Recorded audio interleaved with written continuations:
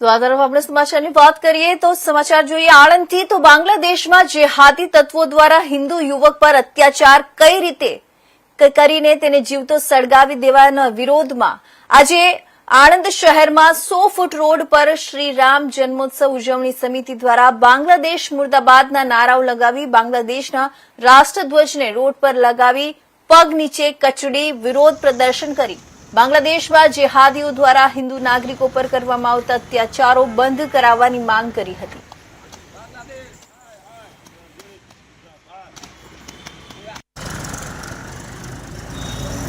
જી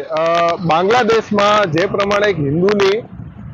મારીને એની હત્યા કરી અને પછી એને ઝાડ ઉપર લટકાવીને જીવતો સળગાવી દેવામાં આવ્યો છે, એના કારણે આજે અમે વિરોધ નોંધાવ્યો છે।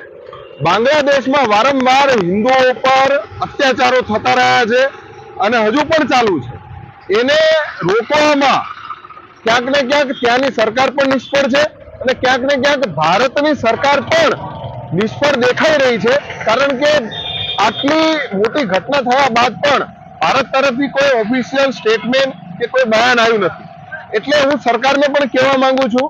કે વહેલી તકે બાંગ્લાદેશ ઉપર કંઈક લીગલ એક્શન લેવામાં આવે તથા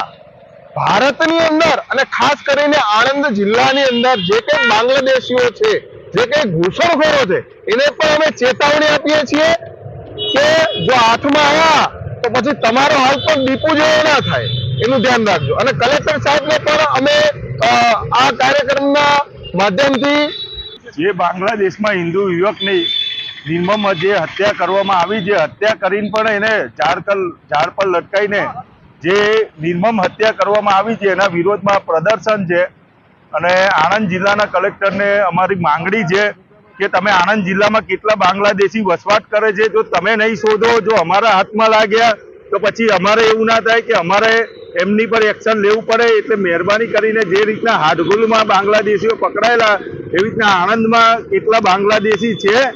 અને હોય તો એને તાત્કાલિક ધરપકડ કરવામાં આવે એવી અમારી માંગણી છે અને એમને બાંગ્લાદેશ પાછા ભેગા કરવામાં આવે। રોહિંગ્યા બાંગ્લાદેશી જેમ અમદાવાદમાં પકડાય એમ આણંદ જિલ્લામાં પણ છે, પણ એને ગોતીને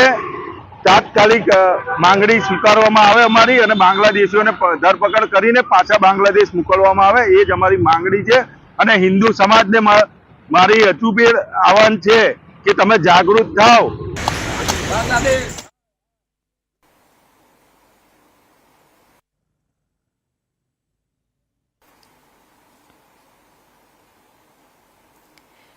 તો